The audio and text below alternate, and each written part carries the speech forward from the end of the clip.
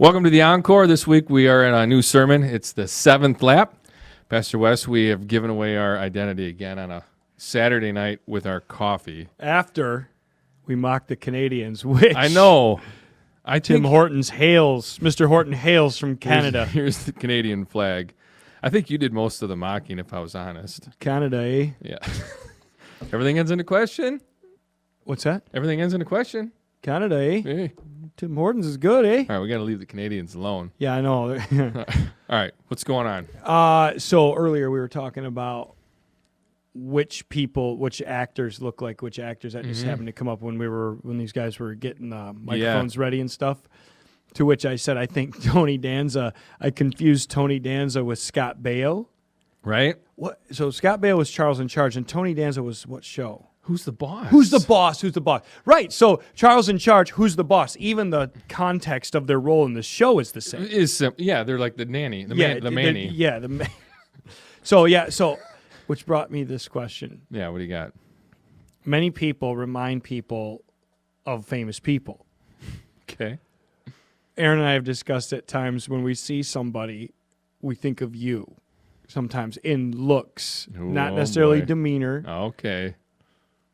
I want to know who you think I think you look like. Okay, I want to know who you think I look or act like.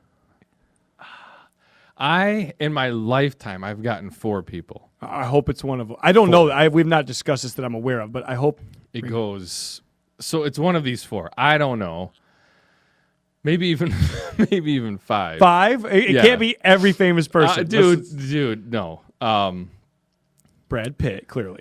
That's the obvious one. We'll push him aside for now. Adam Sandler. That's the one. You look like Sandler. I can't believe it. That's the one. I get him probably the most. You have a very Jewish persuasion. You do. Your hair. Sure. He's Jewish, is why I say that. I 100%, right? Yes, I get it. I see it. Go get. I don't think we can sing that song. No. Do you want to know the other ones? Or are we done? Is that good? Well, it was Sandler, but tell me who else. I'm just glad we were right. David Blaine, the illusionist. You've got some Blaineisms. You're Blaine. Yeah. You look like Blaine. You ready for this one? Bring it on. Drake. Do you know who Drake is? Totally. You totally look like Drake. I get Drake a few times. Ding, ding. And then there's one more is David Schwimmer, who's Ross from Friends. Yup. Similar. He's the least to me of this list, except for Pitt. But and then you're definitely Drake, dude. Yeah. You're more Drake than Sandler, I think. I actually think Drake's the one that Which brings me to this question: the most. Is Drake Jewish also, like you and Sandler? I don't think so. Do we want to? No, he's not Jewish. He's not Jewish. He's African American. He's black. Yes. 100%. Yeah. No, he's not. Well, he lives in Toronto. I don't know if that means he's Canadian. How much trouble are we going to get in for this conversation? I don't know. We're allowed is to say. Drake 100% African American? No way. Well, I mean, it doesn't say that in Wikipedia. What it says is that he was born in Canada. So what are you saying? Oh, Canada. I wish Quentin Wingate and Omari were in on this conversation. This is so funny when this stuff comes up. I know. Oh, it's funny. Okay, I got to get out of here before I get in trouble. Dude, I don't know. I don't have Go anybody. fast. We're wasting too much time. No, we got plenty of time. I don't have anybody. I was trying to think of it. Let's just let this night play out. Maybe next week. Sorry. You got somebody. Drake's dad is African American. Yeah. His mom is Jewish. Drake's mom is Jewish. What did I tell you? What did I tell you? No way. We just called that. Oh my goodness. And she's what? According to Wikipedia. Really? Drake. So his dad is black, right? That is African American. Okay, and then his mom is Jewish. Wow. What a lot of fun. I know. Dude, I got nobody for you. You don't have to. Go. Okay. If it comes up during the conversation, or call next it. week, and I'll bring it up next week. bring it Let's on. do this. Okay. Drake, we called it. Give us Joshua 6 and the 7th lap. Give us just a synopsis on what's going on in this story. It's a little bizarre. God has promised them the land. He's promised them Jericho stands in the way of where they're going. and they can't get through. And the Lord has said, I'm going to give you the city. You got to walk around it 6 times. Yeah. Ark of the Covenant, presence and power of God. Yep. Indiana Jones, whole bit. Like that, in case anybody doesn't know, Raiders of the Lost Ark, that's what they're going for. A little pop culture relevance there. But, and he says, you go around 6 times, priests blow the trumpets, do not shout. Seventh day, 7 times, then they blow the trumpets, then you shout, and the Lord prophesies the walls will fall down flat, and you take the city. Okay. And then they will get through, and they will take the land, and so forth. All right. Bizarre story, right? It's a strange Kinda story, weird. and it's strange the story before it. They cross the Jordan River like the Red Sea. The Jordan River piles up while the Ark of the Covenant, when the priest's feet touch the ground holding the ark, the water stops. They cross just like Moses in the Red Sea. Of course, Joshua is his successor. It's the only other time something like that's happened in the world. All right. So Then they go to Jericho's the next story. okay. Why is this story so strange? What is the point? Well, the What's whole happening deal, here? the instructions are strange. It's just, it's not the only strange story. I did a series one time of 7 strange stories. Oh yeah. I don't know if Did you this call is- it Stranger Things? We should do that. I should do the series again, and then we'll Do it. rip the font off and Yeah. get sued. Well, you just got to change one little thing at the end, and you're good. That's what everybody thinks.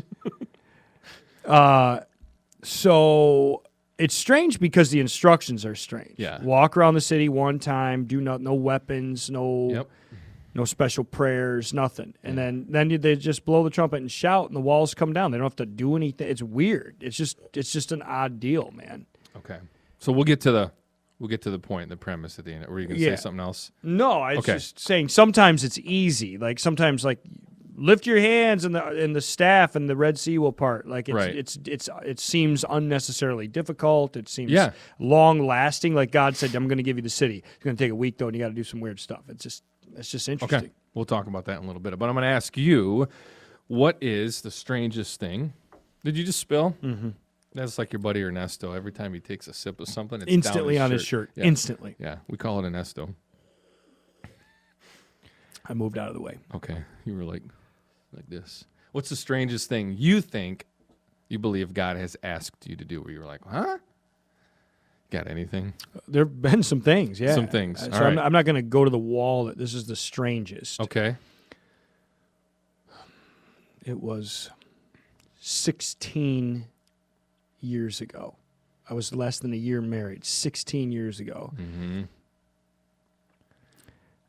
A guy emails me in the blind and is like, I want you to come and preach the gospel in India. Now, people, I've told stories before, African scams have happened to me. Like I had to cancel a plane ticket one time. They were planning my abduction in Nigeria. It's different. Okay. Have I ever never told you the story? I won't tell it right now. I don't know. What are you talking about? I canceled the ticket, the whole deal. They were Oh planning my to goodness. abduct me for ransom. I remember you canceling the ticket. I do. It was I don't know the crazy, whole dude. story. It was crazy. I think the Lord woke me up in the middle of the night, and literally, I'm not a mystic here. I'm not a charismatic psycho. I think He told me there was something wrong with this, and upon investigation, different story.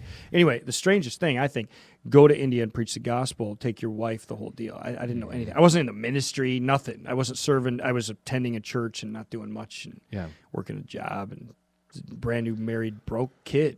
Yeah. And I thought, what, India? So we drove to Chicago. We had to go to Chicago to the Indian embassy, get our passports. So there was a team of 5 people, 5 preachers that were supposed to go from around the United States. Mm-hmm. 4 of them backed out because details just seemed foggy and messed up. Wow.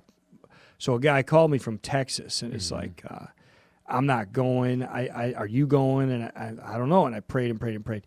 And I really felt like I should go. And everybody else backed out. I was the only one that went. I'm not trying to be the hero. I don't think I'm that. Did that make you second guess? Oh, of though? course Yeah. it did. I was ready for us to go get murdered. Yeah. Like, I really thought, this is before an actual plot against me happened in Africa, a different occasion. India was first. And I thought, man, I think we're supposed to go. Aaron agreed, and there were just reasons, man. Provision came in crazy ways. And so we went and preached, and God moved, but it was weird the whole time. But nothing bad happened. And so we were there for 3 weeks. I've never been on a mission trip in my life. That's a long Never time. been to a developing third world country, nothing. Yeah. 3 weeks, and I preached almost every night. So then I came back, and they contacted me, and they're like, can you make videos of Bible teaching for us, like 2 years later?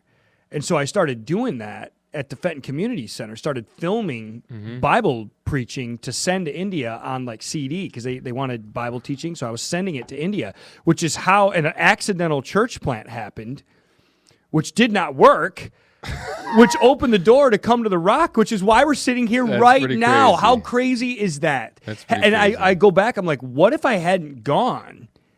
I wouldn't have gone to the community center. I wouldn't have started a failing plant.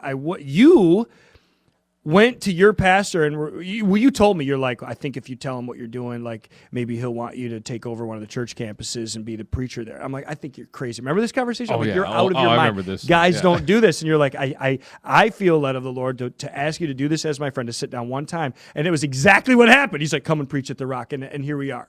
It was all because of that whacked out India moment. Bizarre. That's one of the weirdest things that ever happened to me, still to this day. That's pretty crazy. Everything in my life goes very much to that ground zero moment. That's a good answer. All right.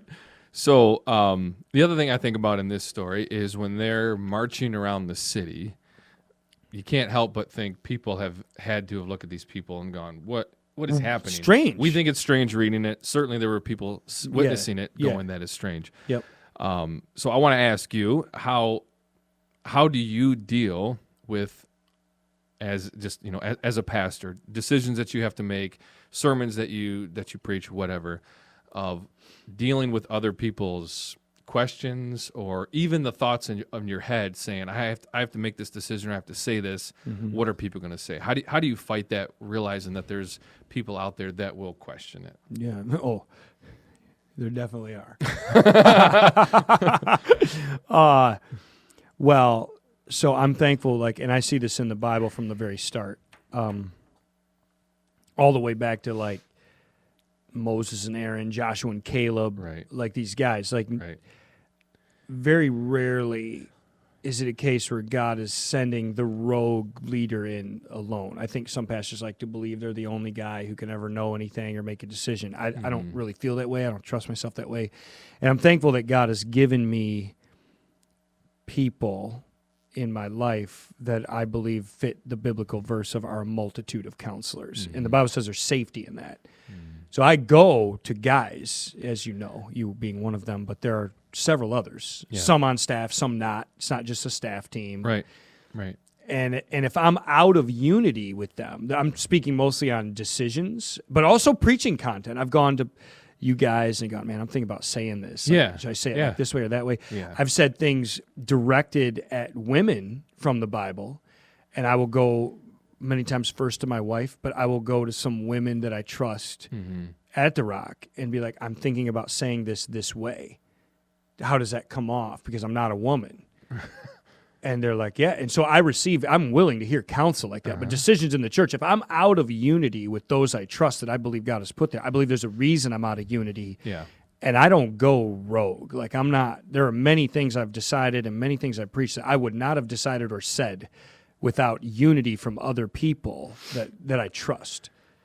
As far as opinions, some people have a place in my life and some people don't. And I think everybody understands that has a Christian brain out there. I give trust to people that I believe their heart and I believe will speak truth to me in love. Other people just want to have an opinion. Well, I don't know you. I don't know your motive. You haven't, you haven't earned your way into my life as a real person. Right.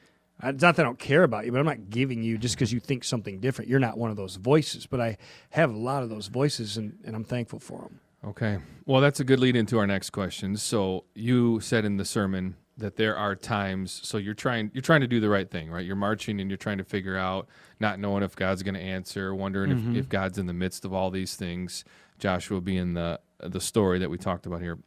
And you said there's times in our life where we need to take counsel. There's times where we need to ask these questions, sit down with people. There's times where we need to pray and seek the Lord. Right. And you said that there's times where we need to simply act on what we believe God has called us to do. Right.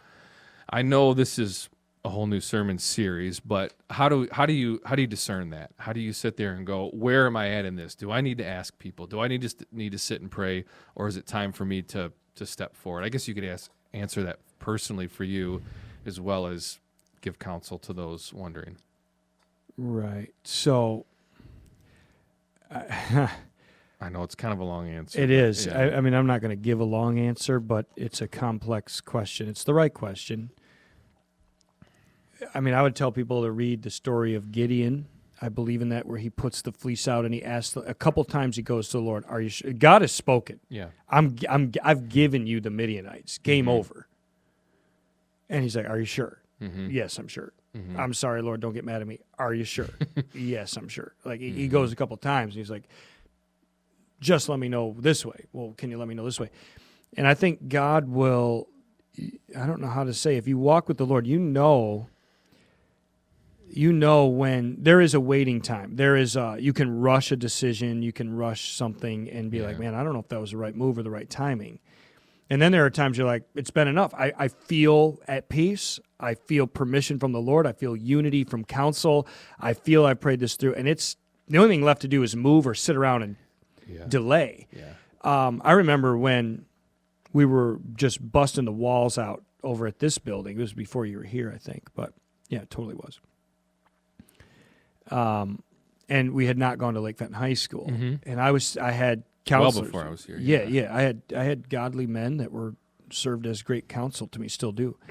One of which is Steve Mitchell, who's an elder here at the Rock. And I remember there was a time to talk about what do we do? What do we do? Yeah. I'm not making this decision alone. And I said to those guys, I said, I'm not jumping off this cliff by myself. Like I need some. Yeah. And I remember, and Steve Mitchell would remember this, and we brought it up several times. Steve Mitchell said, and I trusted him, and we'd been praying through what to do. So we investigated multiple schools, and as Steve said, Pastor Wesley's like, it's time. And there were multiple Sundays God was affirming it. People were getting stuck in the mud. Ladies were tripping, walking up the hill, and ushers were trying to help. And Steve said to me, he goes, "Wes, it's borderline unacceptable." He's like, this is crazy. There's nothing else we need to see to make a move. We're just going to live in fear. We're going to move, whatever the words he were. But God sent him as a voice to me where I was like, done.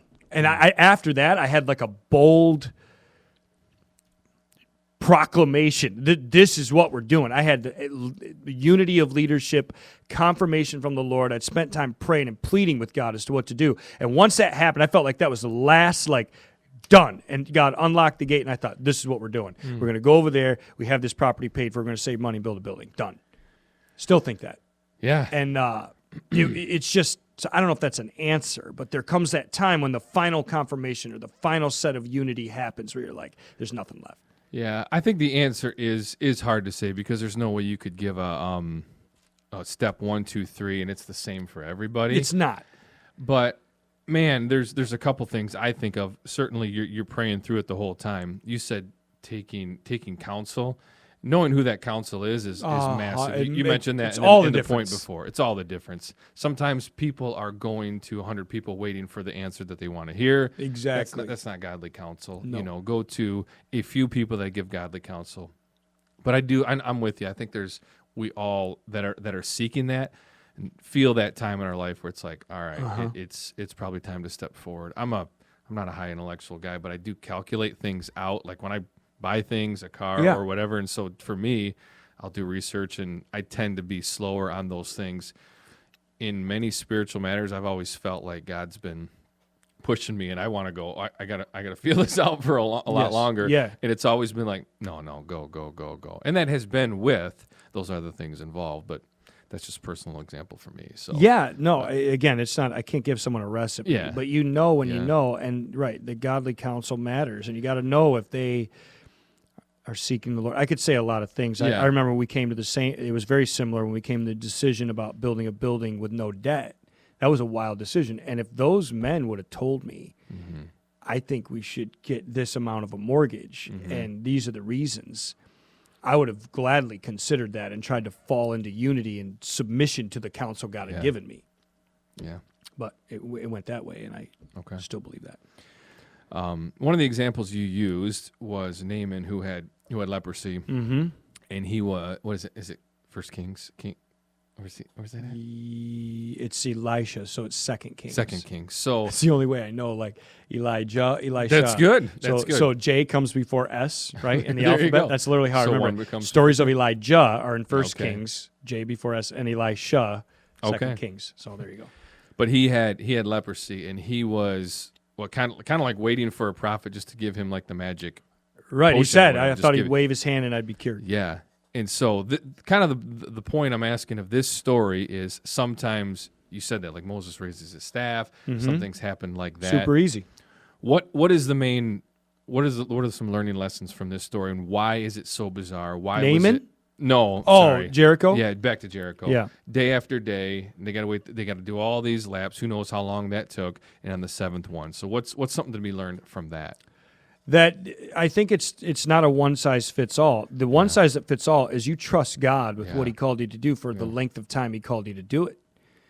I gave some examples. You know, fight for that marriage, fight for that kid, be a witness to that lost person. You know, make that weird decision or stay that difficult course when nobody's with you. If the Lord has spoken, sometimes God does it. Sometimes you praying in your car, you get out of your car and the Lord answers, sends an angel, sends provision, sends a message in the mailbox like, whoa, I didn't know He was going to provide for me this way or answer that question.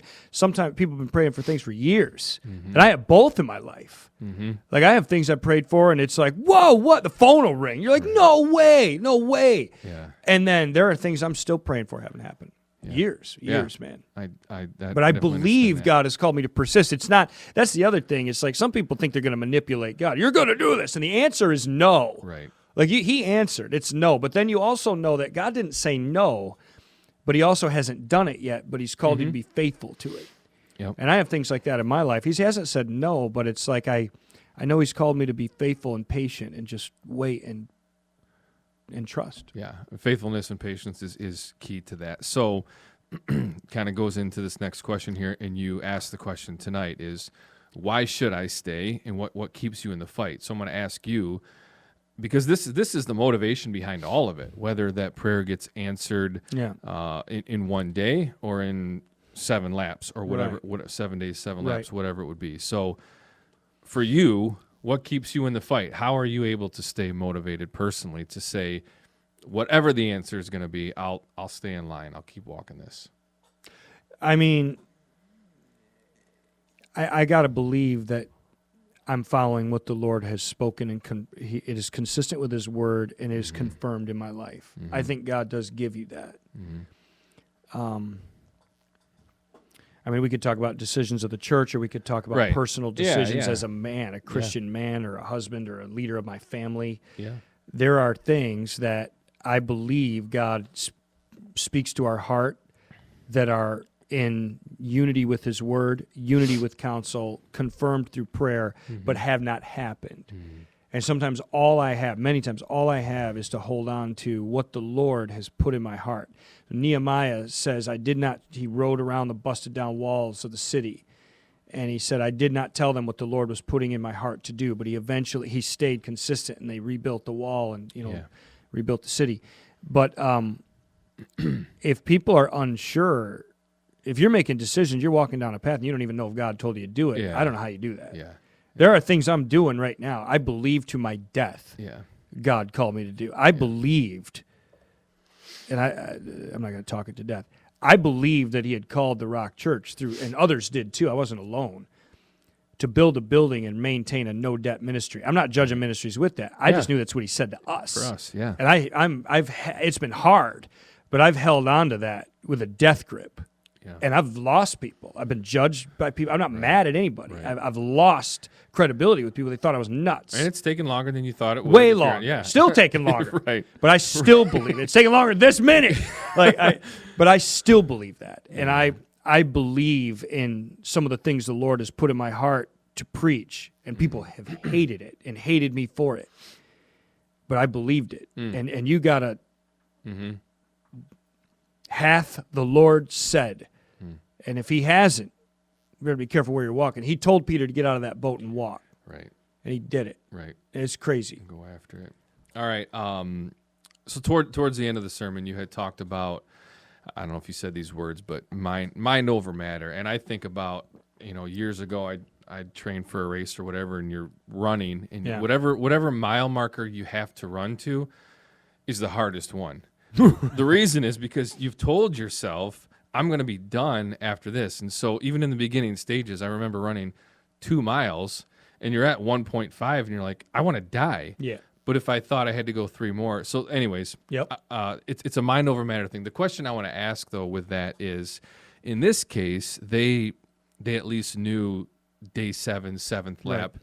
There was that final mile where they said, at least I'm going to go here. What would you say to somebody to encourage them who's going through this day after day, year after year, and they're saying, I don't know if I'm on lap 1 or on lap 7 right now? I would encourage them that they are in the good company of Abraham. The Lord said to Abraham, you go. And he was like, where? And he was like, in this direction. Well, when am I going to? I will show you when you get there.